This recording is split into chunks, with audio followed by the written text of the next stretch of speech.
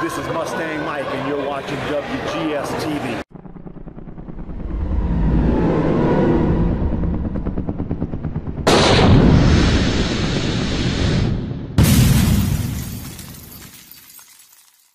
Hello everyone, welcome to another installment of WGS-TV right here on YouTube.com/WrestleGamer and SoundCloud.com. I'm the WrestleGamer Double B for the Boudreaux, along with James and the Big Easy, and this is going to be our officially our first Thursday night Smackdown review in quite some time. You know, for the past several years, it's been nothing but Friday night SmackDown, but they now switched it back to Thursday nights, and they really opened it up strongly. In my opinion, James, I mean, a lot of hype being built into the return of Daniel Bryan, and I got to say, from what we saw in the opening match with him and Kane, and I'm glad they did, you know, because it told us one or two things. One, that this wasn't the first time we were going to see Daniel Bryan and Kane, and secondly, you know, we wouldn't have to wait very long to see actually the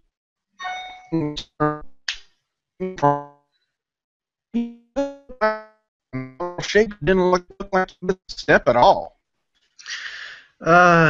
You were cutting in and out for me, but I agree. Really, it's like he haven't really lost his step. I mean, I was afraid of how he was gonna do in the ring, but it was a good outing for Daniel Bryan, and kind of knew the Authority was gonna get involved, but what you expect is the Authority. Yeah. Yep, and then as soon as Daniel Bryan would attempt the yes lock, we would see J&J Security attack him, causing disqualification, and then we would start to beat. Then Daniel Bryan would make his getaway, and then he would back up. The Authority would try to go after him, and then out comes Dean Ambrose and Roman Reigns. Now, here's the thing that puzzled me: there was 5 guys. There was Big Show, J&J Security, Seth Rollins, and Kane. 5 guys were in their favor, and then they backed up from 3 people. You got, hey, they need to make Roman Reigns look strong. Oh yeah. And then for tag team match that makes a 6-man tag for the main event. And again, to me, and it's really starting to get him back into the. Make sure that he's still in good shape. Make sure there's hardly any ring rust for him being gone after 9 months. Just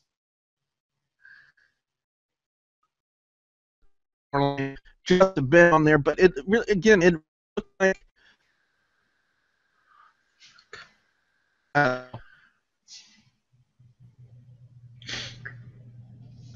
Macho Man at the end of the Hall of Fame. Even Ecstasy 69 put a. Because we were talking about it on the Raw review, that there's always 2 speeches, one by the person inducting them, and he said more than likely that Lanny Poffo would be the one, you know, that does the acceptance speech, and I think he's right. I think Ecstasy was right on the money with that one. But in another mixed tag match featuring the Usos and Naomi, who look really hot. And anyone else, and Jimmy Uso, but you are a lucky man. And it was Damien, Miz, and Alicia Fox. I don't know what to say about this one, James. Yeah, there's not much you can say about this, really. It's just really continue on this feud between Miz and Mizdow and the Usos. The fact is that, you know, they had to add Naomi and Alicia Fox in it. I mean, the fact that Alicia Fox is the newest member of Total Divas, and Naomi was taken off in Total Divas. That's why those 2 are in there. So, you know, this is just another, like, okay. Now, as much as people tend to hate Paul Heyman and everything that he does on screen, he once again proves on how valuable he is in the wrestling community when it comes to this guy. Paul Heyman is just there are not many people who are better than Paul Heyman when it comes to talking on the microphone. Heyman would be out there to address what happened with him and Seth Rollins and Brock Lesnar on Monday Night Raw, which then would prompt Rollins to come out, and then he would say he would curb stomp Paul Heyman. Paul Heyman's playing the usual thing. Oh, what would you prove by curb stomping Paul Heyman? And the way Seth responded with saying that he would be curb stomping Bork Laser's greatest asset, and then he would be nothing but a soul that he could run circles around. I thought that we're, quote, hating Seth Rollins' gimmick right now for aligning himself with the Authority. I think there were quite a few people out there that wanted him to curb stomp Paul Heyman, and that's because Heyman, when you get that feeling, that means Paul Heyman is doing his job. Paul Heyman is doing his job as a heel, and he does it very, very, very well. Paul Heyman would respond by saying something along the lines of, like, every day I grow in power, because I am the advocate for the WWE World Heavyweight Championship, something along those lines, and then something about that he's also the advocate for the person who could protect the new champion, and then that kind of got everyone thinking about what was going on. That's what might be doing in the Royal Rumble. James, what did you take away from this segment? It's very interesting, really, when Heyman was saying that I will be the one that protects the champion and all that stuff, whatever he said. It's kind of hinting at a few stuff, but it's kind of along the line, is he going to align with the Authority if Seth Rollins wins the title, or is he just pulling, like, he's just doing like a swerve, like saying, I will do this, and then all of a sudden, like, he's still the advocate for Brock Lesnar, Next we have Nikki Bella and Natalya. Again, this must be a night for debuting new ring gear, because we saw new ring gear from Natalya, and I think it's a great design. It really plays up to the Heart, the Heart Foundation in a sense, because she had the logo on there, and it was a pink and black coat, and to me it fit the gimmick. It fits the gimmick of, since she is the daughter of the legendary Jindy Anvil Neidhart. But again, what they're doing right now, to me, James, it just kind of screams triple threat match for the Divas Championship. I mean, look at the finish. I mean, first off, it was Natalya attempting to lock in the sharpshooter. Brie Bella would get on the ring to cause a distraction, which she did, and then behind the referee's back, the slaps the taste out of Nikki's mouth, and then Natalya would really lock on the sharpshooter and pick up the win. I mean, again, it just really, to me, it kind of screams triple threat match for the Divas Championship, James. Triple threat or even fatal four-way. I mean, here's the fact, really, is that you have Paige, Natalya. We definitely know Paige and Natalya is going to be in it. Do they got put in Brie Bella just to have her protect Nikki's and the title, or is it like they could even pull a swerve? I mean, really, it's like it's gonna be a multi-diva part of that match. James, I want to ask you a question, because now the new commentary team on Friday Night SmackDown consists of Michael Cole, Jerry the King Lawler, and Byron Saxton. How do you feel they operated as a commentary team for the first time?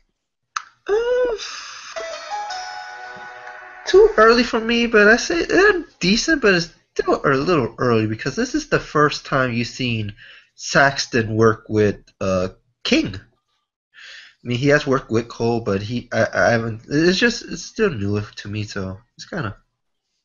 Yeah, he has worked with Michael Cole on past main events, and Byron Saxton is a good commentator. He's got that good speaking quality about him, and I really don't have any issues with him. So I hope he really succeeds and goes. He's been doing a good job going back to Florida, FCW and NXT. How he plays that heel commentator role very perfectly.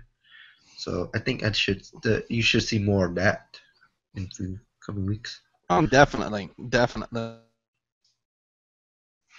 match of Barrett and Sin Cara. These two seem to have great chemistry whenever they're working a match together. It doesn't matter if it's for a title or not. Whenever they put these two together, it's actually really, really well done matches. Now, Sin Cara already won NXT.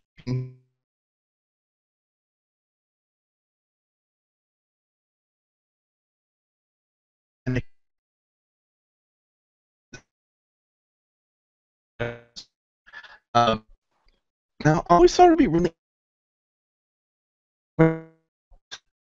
putting on Sin Cara while he's also technically recognized as one half of the NXT Tag Team Champions. It would have been to me, it would have been an interesting scenario, James. Wouldn't you agree? It would be very interesting if they would have given the title to Sin Cara, but really, they don't recognize he's one half of the NXT champions on TV. If they would, but it'd be funny. It's like, okay, he's the NXT champion, all of a sudden now he's the Intercontinental champion. He'll be like, okay, wait, huh? But they did not go that route. Sin Cara went for a crossbody, and Bad News Barrett would hit the bullhammer elbow as a counter to pick up the win and retain the championship. And I gotta say, in a really well done match. So, and like I said, whenever these two are together, I mean, even look at their past matches, everything has actually been really well done with Barrett and Sin Cara. There's really nothing bad you can say about the matches that they've had. They've looked really good between these two. To be entertained. Six tag Big Show, Kane, Seth Rollins, Daniel Bryan, Dean Ambrose, and Roman Reigns. Again, like I said, it's the big return of Daniel Bryan into the ring after being gone for 9 months. We already saw him earlier in the night, and he still looked good. And then he's working now another match in a 6-man tag. And again, it didn't look like Daniel Bryan lost a step. He looked like it was already phenomenal shape for being gone for 9 months. He looked in great ring awareness, and he looked really good. Dean Ambrose crazy as always. And I got to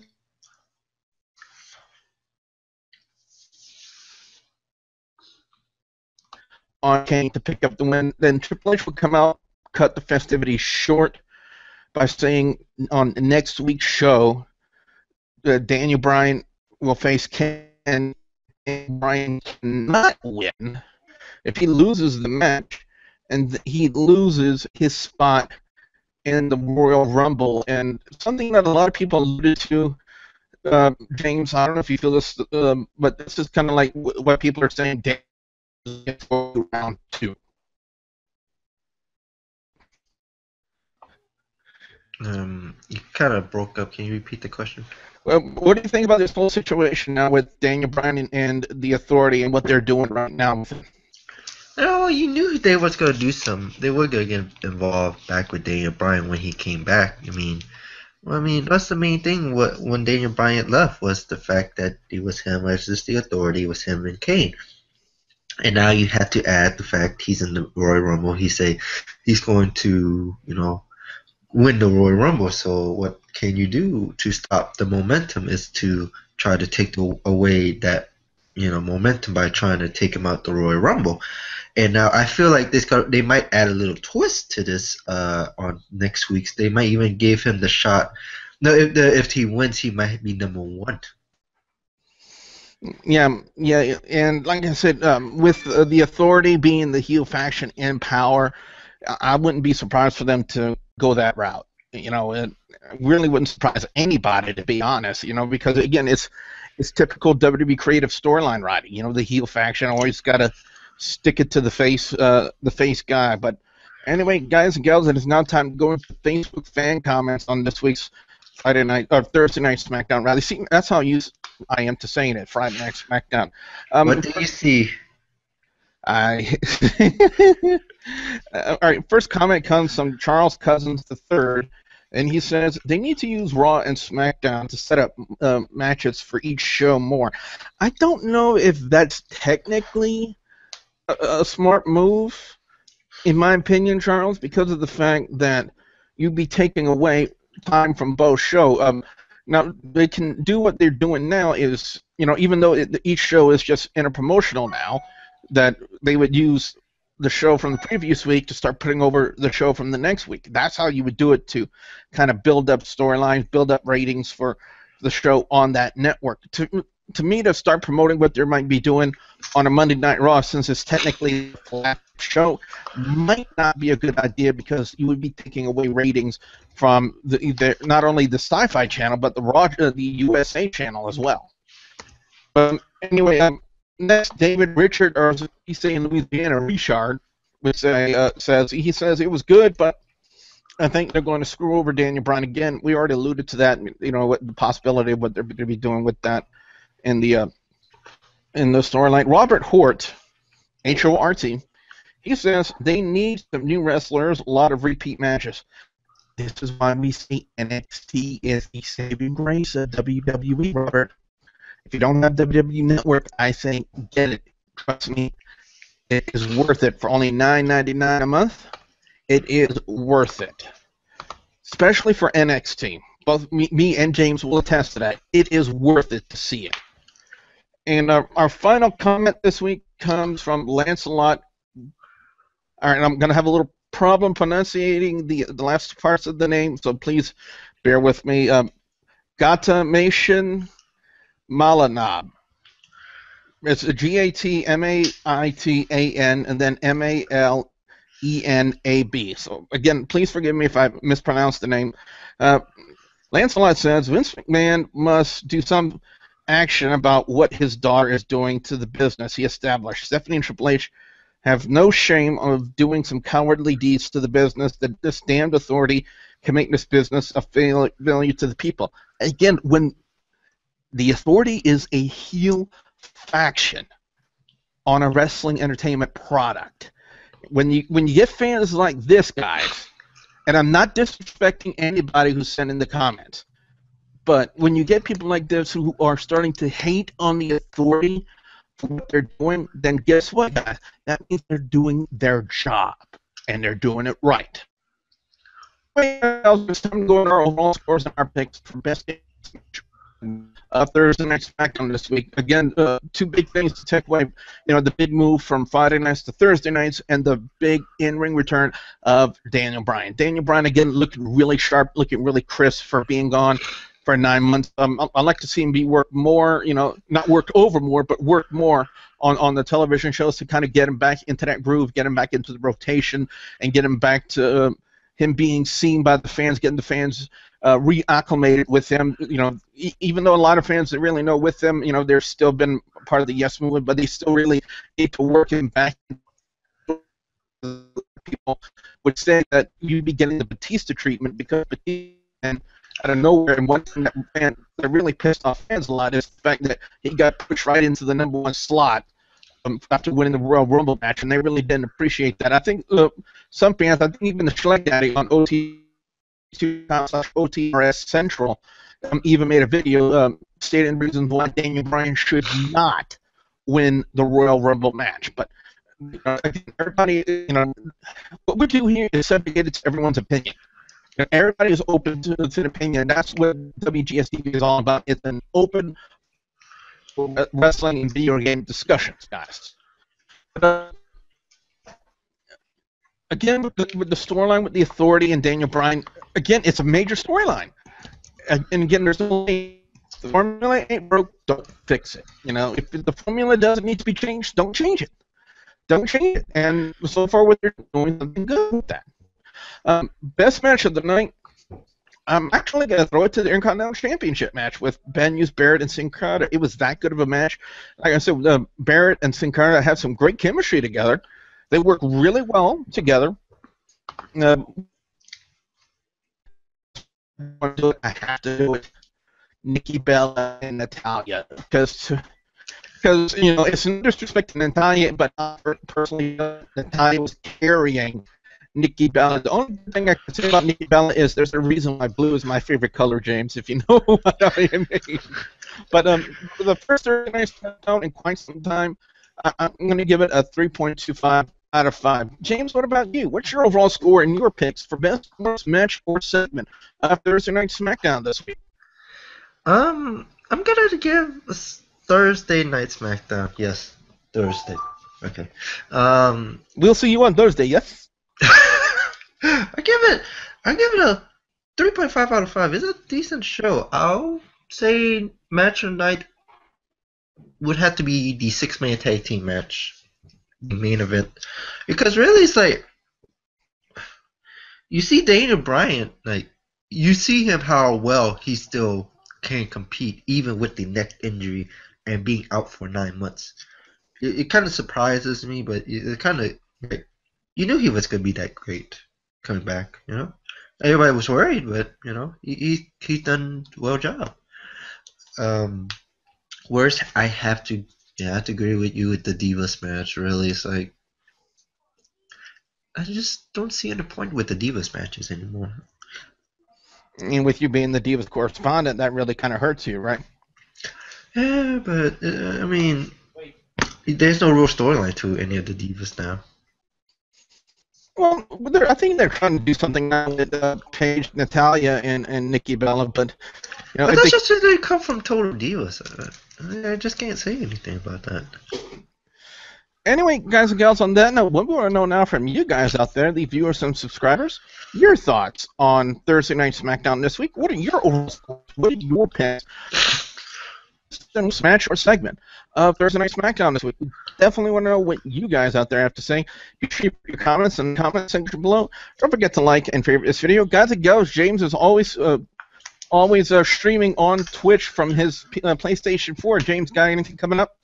No, just the same old, same old. Whenever I get new games, I can give you an update, but it's the same old 4 games. All right, guys and gals, if you're listening on SoundCloud.com, be sure you hit that follow button if you like what you hear. Don't forget to follow me on Facebook, facebook.com/WGS-TV, and don't forget to please subscribe to YouTube.com/WrestleGamer and YouTube if you haven't already. So, with that being said, James from the Big Easy, I'm the WrestleGamer, WB Boudreaux, saying thank you very much for watching. That's a convincing argument, Naomi-chan, but I wonder which mountain would be the most difficult to climb? Mount Naomi?